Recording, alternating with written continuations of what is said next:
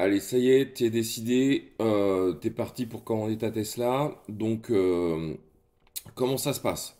Que tu sois en Tesla Center ou chez toi, la commande se passe exactement de la même façon.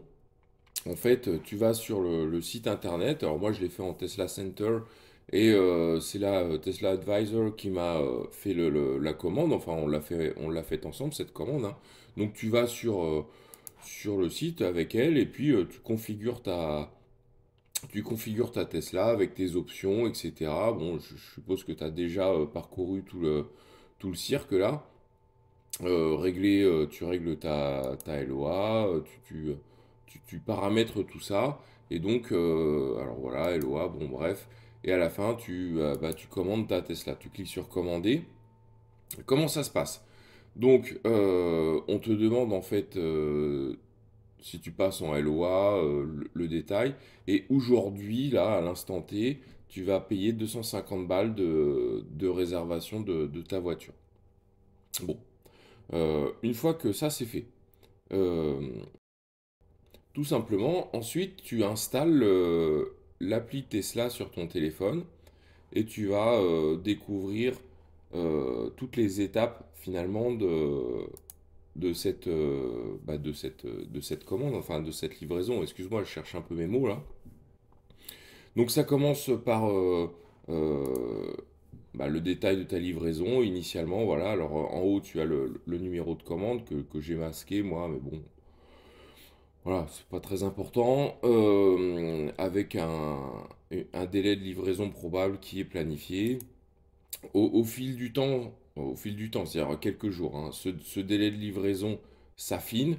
On te propose de procéder à une prise en charge anticipée, c'est-à-dire qu'on dit, ah tiens, il y a des véhicules qui sont dispo, qui ressemblent presque à ce que tu as demandé, si tu veux être livré plus rapidement. Bon, là, c'est toi qui vois. Et puis, tu arrives finalement à une date finale qui est proposée dans ton appli. Alors ton appli, au départ, elle est composée de tout un parcours de validation avec les informations de livraison, je te l'ai dit, qui évoluent au fil du temps, les avantages dont éventuellement tu as pu bénéficier. En fait, c'est le bonus écologique, hein. Si tu fais une reprise de ton véhicule, le dossier de financement de ta LOA, moi j'en ai fait une. Alors ce que je te conseille, pour faciliter grandement le truc, c'est de mettre sur un cloud. Moi, j'utilise Google Drive. euh, Tous tes documents, on va dire, tous les documents nécessaires à la construction de ce dossier de LOA, c'est-à-dire les trucs classiques, bulletin de salaire, attestation de domicile, scan de ta carte d'identité, scan de ton permis de conduire. Ouais, voilà, c'est tout, hein, ça va pas plus loin. Et comme ça, direct, ce que tu fais, tu uploads tes documents sur l'appli. Tout se passe vraiment en numérique. C'est pas, tu fais pas une photocopie à l'ancienne là, avec un carbone. Non, c'est fini ça. On a changé de monde en fait, juste. Donc il te faut tes documents numérisés. Voilà. Ensuite, les démarches d'immatriculation, donc où tu vas remplir deux, trois, toujours tout en ligne, hein, je dis remplir, ça se passe sur l'appli, quoi. Tout se passe sur l'appli. Tout. Où tu vas remplir donc tes informations. Qu'est-ce qu'on a d'autre? On a la planification de la livraison qui se précise. L'assurance, bah ouais, à un moment donné, il faut assurer ta bagnole. Donc, bah voilà, tu le fais tranquillement. Ça se fait vraiment au dernier moment quand t'as l'IMAT, t'appelles ton assurance, paf, il t'envoie un justificatif par mail. Là encore, tu l'uploads dans l'appli, ce justificatif, ça valide, il n'y a pas de souci. S'il te reste un paiement à faire, l'apport, s'il est supérieur au bonus écologique, ce qui était mon cas, faut faire un virement. Alors méfie-toi quand même. Méfie-toi avec ce truc-là. Moi j'avais anticipé, hein, voilà, mais méfie-toi parce que euh, il y a deux choses. Moi je vais pas me cacher, je m'en fous. J'avais un virement de 6 000 € à faire. J'ai pas de souci de plafond avec Bourseau Banque qui est ma banque. Il y a des banques qui te plafonnent tes virements externes. depuis tes applis. Donc, c'est-à-dire qu'il faut que tu ailles en agence pour faire un virement, je sais pas, moi, je dis n'importe quoi, supérieur à 2 000 € parce que tu peux pas le faire avec ton appli bancaire. Donc, déjà, premier truc, fais gaffe au seuil de ton virement. Deuxièmement, pour je ne sais quelle raison, le virement va mettre 2-3 jours ouvrés à arriver chez Tesla. Donc, c'est-à-dire, si tu fais le virement la veille de la livraison, c'est mort, mec. T'auras pas ta bagnole parce qu'ils n'auront pas eu le blé, quoi.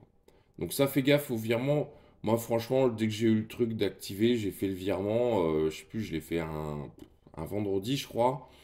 Et le virement, il a été reçu chez Tesla le mardi.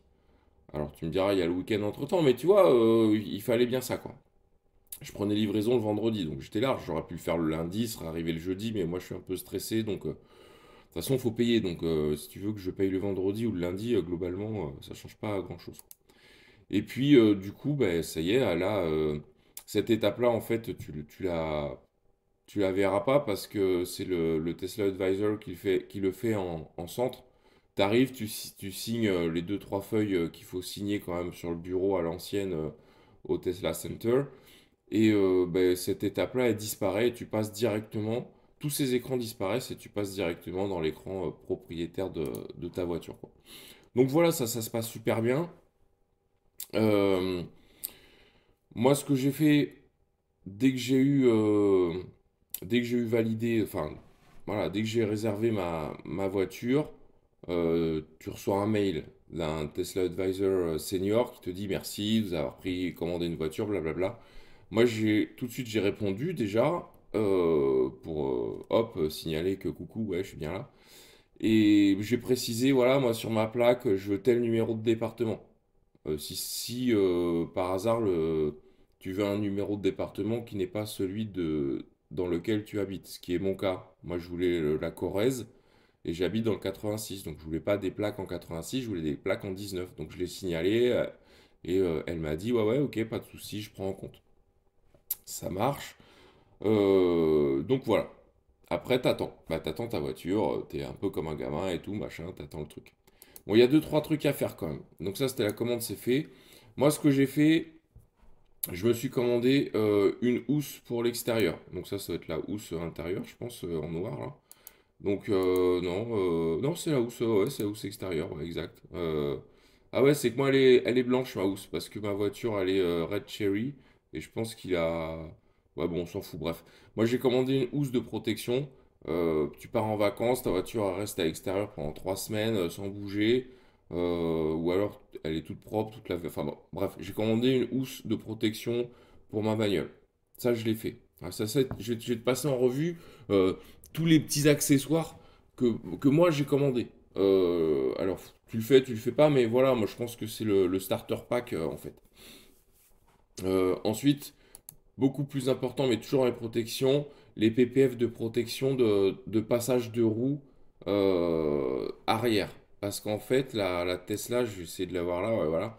La Tesla, en fait, le modèle Y te projette des graviers, comme toutes les autres bagnoles, hein, ceci dit, vers l'arrière. Sauf que cette partie-là, si tu veux, elle, elle dépasse par rapport au passage de roue avant. Donc en fait, les graviers qui sont projetés par les roues avant dans les courbes, par exemple, ils vont venir taper ici, quoi. Ça, je l'ai vu sur les forums, les vidéos, enfin bref, c'est documenté, quoi. Donc moi, ce que je te conseille d'acheter, c'est direct le PPF de protection que tu poses en Tesla Center. Tu prends en livraison de ton véhicule. Moi, je suis pas sorti du hangar de livraison sans les PPF, quoi. La voiture, elle n'a pas fait 2 mètres avant que j'ai posé les PPF. Donc voilà, ça se pose, mais c'est d'une facilité, mon pauvre. C'est hyper simple, quoi. C'est vachement bien fait. T'as un spray de nettoyage, t'as un spray de pose. Tu claques, tu passes le spray de nettoyage, t'essuies avec la chiffonnette qui est livrée, tu passes le spray de pose sur la carrosserie, tu passes le spray de pose sur le PPF, tu plaques, schlac, t'as une plaque à maroufler là, pour chasser le liquide de pose, pour chasser l'air. Ça se pose, mais nickel, nickel, nickel, nickel. Je veux dire, j'ai jamais posé de film ou de wrap ou de PPF dans ma vie. Et franchement, ça se pose, mais c'est super simple. C'est à la portée de tout le monde. Si tu sais changer une ampoule chez toi, tu sais poser un PPF, il n'y a pas de souci. Autre accessoire, le support téléphone. Alors, il y en a 4000. Moi, j'ai pris celui-là parce que j'aime pas les supports magnétiques. Voilà, c'est presque un choix. J'ai pris celui-là, moi je le trouve franchement super cool. Euh, alors, support électrique, c'est-à-dire que de temps en temps, il faut le recharger. Moi, je ne l'ai pas encore rechargé. Mais pourquoi il faut le recharger? Bah, parce que je sais pas si on va voir la vidéo là, ouais, voilà. Donc, ça, tu le poses, ils te font voir, tu poses ton support, on va laisser le bazar se faire. Je vais te faire voir pourquoi j'ai trouvé ça intéressant comme support. C'est qu'une fois qu'il est positionné, alors attention, il faut dévisser, hein. Une fois qu'il est positionné, tu as un petit bouton en fait, et hop, tu vois, il se ferme automatiquement ton support téléphone. Donc ça, c'est super cool. T'as plus de manipulation à faire. Tu approches ton téléphone et clac, la pince, elle se ferme automatiquement. Après, tu as un petit bouton à l'extérieur. Tu appuies sur le petit bouton, hop, la pince, elle s'ouvre. Ouais, voilà. Bon, je te laisse choisir ton support téléphone. Mais bien que ce soit pas hautement indispensable, ça reste nécessaire parce que voilà, moi j'aime bien avoir Waze devant les yeux quand je conduis. C'est une habitude peut-être que je perdrais parce que c'est vrai que le GPS du Tesla, il est vraiment bien foutu et tout. Bon, voilà, moi j'ai mes habitudes avec Waze, j'aime bien l'avoir. Peut-être que je m'en détacherai, j'en sais rien. Mais en tout cas, le support téléphone. Autre accessoire, je te fais voir ce que j'ai pris. Il y a moult solutions. Moi, j'ai commandé ça et tout ce que j'ai commandé, j'en ai été très très ravi. Et tout ce que je te fais voir là, je l'ai mis direct dans le Tesla, quoi. L'organiseur de console de centrale, de console avant, pardon, parce qu'en fait, ce qui se passe, c'est que t'as vraiment des gouffres, quoi. T'as vraiment des gouffres dans le compartiment avant et ça fait un peu de volume perdu. Donc, t'as des organiseurs, c'est vachement bien foutu. Je te laisse regarder les vidéos. Là, bon, ils se font un peu de pub, voilà. Donc, je te laisse regarder les vidéos. Tu vois, bon, c'est bien foutu, c'est super qualitatif. Franchement, voilà, j'ai pris ça. Moi, j'ai fait que deux, trois recherches. J'ai pas fait une étude de marché non plus. Mais c'est ce qui m'a semblé, en tout cas, le plus. Comment dire. Le meilleur rapport qualité-prix, quoi. Bon, voilà. Donc, organiseur de console centrale avant. Ça, super important, les grilles sous les sièges avant. En fait, sous les sièges avant, voilà, tu as des arrivées d'air ici qui sont, pour je ne sais quelle raison, pas masquées. Et il suffit que tu aies un passager qui monte euh, et ça arrive, hein, forcément, à un moment donné, tu as un gravier qui part là-dedans, etc. T'as aucun moyen d'aller chercher. Et donc, c'est documenté aussi. T'as des mecs qui disent, ouais, bah voilà, mes gamins, ils ont fait tomber un dragibus dans le bazar, là, et du coup, maintenant, j'ai un truc qui se balade sans aucun moyen d'aller le chercher, donc c'est un peu chiant. Donc voilà, les protections de grilles d'aération qui sont sous les sièges avant. La protection de l'écran central, moi j'ai pris celle-là parce que elle est en mat et franchement c'est super classe. C'est super propre. Du coup, t'as pas un écran brillant. Alors si tu veux un écran brillant, bah effectivement tu le prends en brillant, tu le prends pas en mat quoi. Moi je l'ai pris en mat parce que je voulais me prémunir des reflets, tu vois, qui arrivent de façon incidente par la gauche ou la droite en fonction du soleil.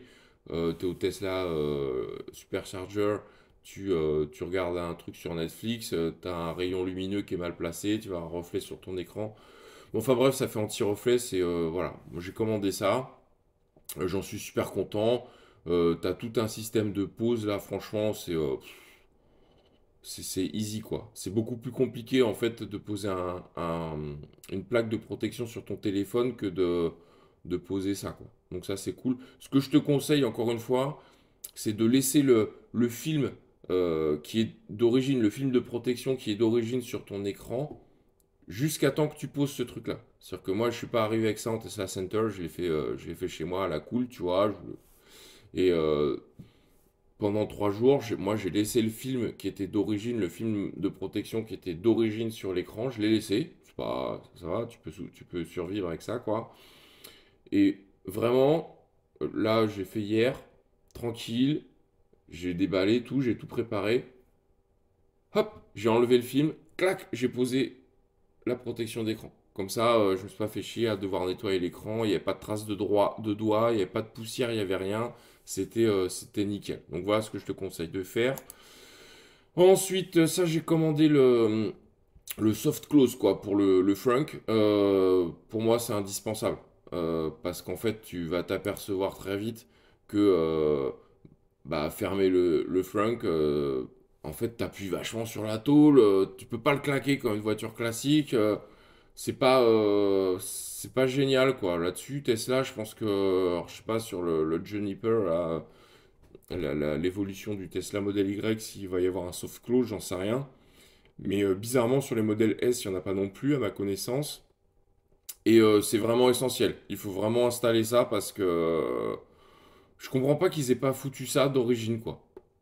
Donc j'ai pas encore monté, je vais le monter cet après-midi probablement. Ça a l'air super simple à monter. Bon, c'est pas cheap, quoi. C'est pas hyper donné, mais pour moi, c'est un outil indispensable. Accessoire indispensable. Autre accessoire indispensable, le pare-soleil. Bon, voilà, pare-soleil, je fais pas trop de commentaires là-dessus. Pourquoi j'ai acheté? Bah, tout simplement parce qu'on est début juillet, bah, potentiellement, même s'il fait un temps de merde encore sur le Poitou, là, potentiellement, je vais en avoir besoin à un moment ou à un autre, quoi. Le protection du port CCS, tu recharges chez toi, en extérieur. Chez toi, bah, tu utilises que cette prise-là. Et du coup, le port CCS, lui, se retrouve à poil en extérieur. Donc, tu as des risques d'humidité, de bestioles, etc. Donc voilà, moi j'ai acheté ça parce que c'est documenté. Il y a des mecs qui disent, ouais, du coup, hein, mon port, il s'est un peu oxydé, et tout, blablabla. Bon voilà, j'ai acheté ça. Je pense que c'est un truc indispensable. T'en as pas besoin à la minute si tu veux, mais c'est un truc qui très vite, il va te falloir dans ton coffre, quoi. Les pattes de levage. Pareil, voilà, je compte pas tomber en panne tout de suite, mais si jamais ça arrive, au moins j'ai ça, et à mon avis, c'est indispensable aussi, quoi. Donc voilà pour les accessoires. Euh, il me reste à commander, je me suis pas affolé, mais il me reste à me commander le pare-soleil de toit. J'attends de voir vraiment ce que ça donne, parce qu'apparemment sur les modèles 2024, les berlinois, au niveau du toit, ils ont vraiment amélioré la protection thermique. J'en sais rien, on va voir ce que ça donne. J'achèterai sinon un pare-soleil de toit, quoi. Donc voilà pour les accessoires. Au niveau de au niveau de la livraison, du coup, comment ça se passe? Tu arrives en Tesla Center, je te l'ai dit, il te fait signer deux papiers, il te fait faire le tour de ton véhicule, voilà, c'est votre véhicule, vous êtes content, ouais, classe. Voilà. Prends 10 minutes, un quart d'heure quand même. De toute façon, ils le savent maintenant, ils ont l'habitude. Tu dis, bah, je vais vérifier quand même. Enfin, tu lui dis pas, tu dis, bah ouais, tu fais le tour, tu commences à regarder. Puis le mec, très vite, il comprend, il dit, bon, je vous laisse regarder, je reviens après. Et donc là, je te conseille de faire un tour. Il y a plein de vidéos là-dessus sur Internet. Je vais pas refaire tout le cirque. Voilà, sur Internet, sur YouTube, quoi. Où les mecs disent faites ci, faites ça. Tesla Geek a fait une super vidéo là-dessus. Super sympa comme d'hab. Tu lui écris, t'envoies sa checklist. Moi, que j'ai validé, quoi, hein. J'ai pris sa checklist et puis j'ai validé toutes les croix. Clac, clac, clac, clac, clac, clac, clac, clac, clac. Donc, en deux mots, bah, évidemment, la carrosserie, si elle est nickel. Les optiques, ils sont nickel. Les vitres, le toit en verre, intérieur, extérieur, est-ce qu'il n'y a pas de fêlure, d'impact, de machin? Euh, à l'intérieur, bah, les cuirs, évidemment, l'écran, bon, bref, tout ce qui pourrait, euh, comment dire, être imputable euh, après la livraison. Par exemple, si tu as un cuir qui est déchiré, que 3 jours après, tu dis, ah, voilà, j'ai pris livraison de mon Tesla, j'ai pas vu, mais en fait, je viens de remarquer que le siège arrière, il y avait une coupure. Ils vont dire, bah ouais, mais bon, ça, moi, mec, ça se trouve, c'est toi qui l'as fait, j'en sais rien, je sais pas ce que t'as foutu, mais nous, on prend pas en charge. Donc, tout ce qui peut vraiment être de ton fait après la livraison. Les alignements carrosserie aussi. Alors, apparemment, ça arrive plus trop, mais des fois, les portières avant, portières arrière, a priori, il est arrivé qu'elles soient pas super alignées. Les optiques pas bien alignées avec l'un ou l'autre à l'arrière ou avec la carrosserie, bref, les alignements. Donc voilà. Euh, Moi, j'ai pas eu de soucis, juste les plaques. Je t'en avais parlé au début de mon intervention. Bah, j'ai demandé des plaques en 19. Bah, bingo, il m'a monté des plaques en 86, quoi. Donc, je dis, ouais, c'est dommage, machin. J'ai demandé, tant pis. Il me dit, non, mais on va vous les changer. Donc, cool. Il m'a rechangé les plaques. Il m'a remis des plaques en 19, sympa. J'ai pas pensé, j'aurais dû demander à garder les plaques en 86 pour la remorque et le porte-vélo, parce que comme un connard, maintenant, je vais être obligé de racheter des plaques pour mettre sur la remorque et le porte-vélo. Donc ça, j'ai fait le boulet.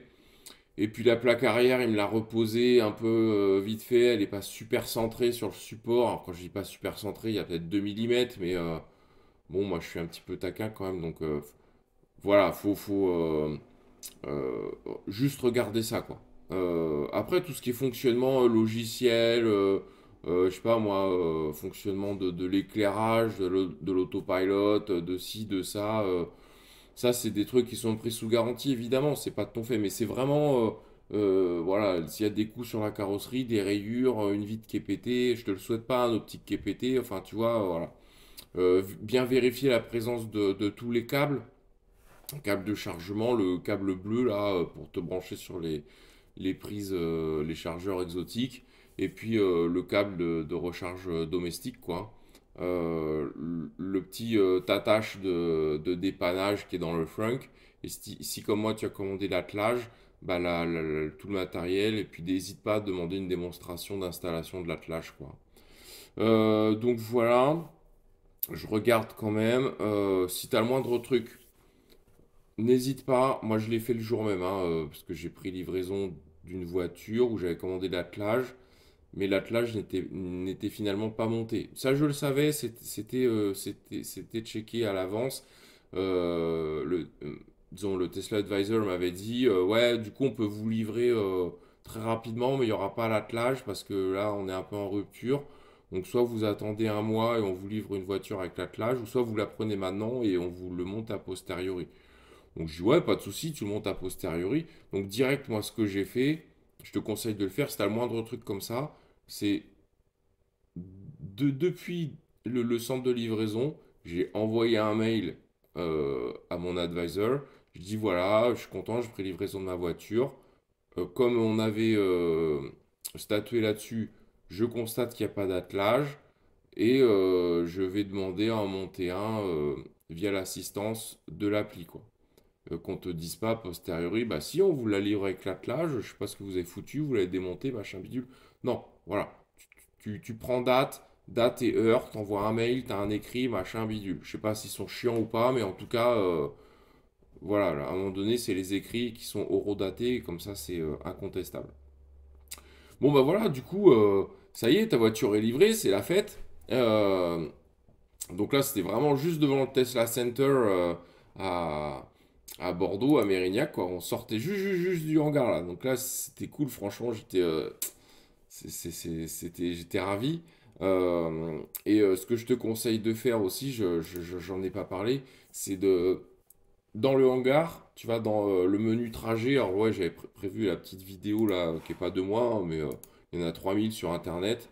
Euh, la petite vidéo où tu vas dans le menu trajet là et tu réinitialises le trajet B. Voilà. Moi, ce que j'ai fait, je l'ai renommé, je l'ai appelé livraison, je l'ai réinitialisé et je n'y toucherai plus du tout. Alors pourquoi j'ai fait ça? Bah, parce que comme ça, j'ai les statistiques de consommation électrique depuis la livraison de mon véhicule.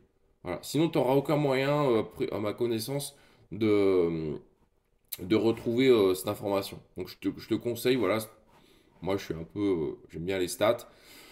Donc je te conseille de réinitialiser, de le renommer le trajet B. J'ai appelé livraison, tu l'appelles comme tu veux, Titi Toto Tutu, moi je m'en fiche. Mais comme ça, tu auras la distance. Alors distance, tu auras toujours dans l'odomètre, mais au moins tu auras en plus la consommation totale et la consommation moyenne depuis la livraison. Il te reste un trajet A que tu peux modifier à la volée. Tu as le trajet depuis la dernière recharge qui se remet à jour à chaque fois que tu recharges. Et puis le trajet actuel, alors je sais pas si c'est comme sur toutes les bagnoles, s'il se réinitialise au bout de 2 heures d'arrêt, j'en sais rien. Je n'ai pas encore épuisé le truc. Mais bon, ce que je voulais te dire, c'est le trajet B. Voilà, faut pas. C'est un truc à faire parce qu'après tu reviendras plus dessus, tu l'auras plus quoi. Donc voilà. Et puis c'est cool. Donc voilà, t'as ta voiture qui est livrée.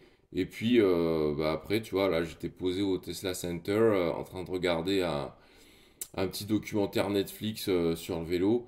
Et ça me permet de faire le lien avec l'épisode 4 que je te propose de regarder là dans la foulée, où je te fais le bilan de mes 2 premières journées en Tesla. Allez, j'espère que tu as apprécié cette vidéo. Le traditionnel truc, n'hésite pas à liker, à t'abonner. Voilà, en fait, bon, c'est plus traditionnel qu'autre chose. Moi, je vais pas vivre de YouTube, hein, clairement. J'ai 60 abonnés et c'est pas mon but dans la vie, mais voilà, ça fait toujours plaisir. Allez, je te dis à bientôt et n'hésite pas à aller voir les anciens épisodes et le prochain. Salut!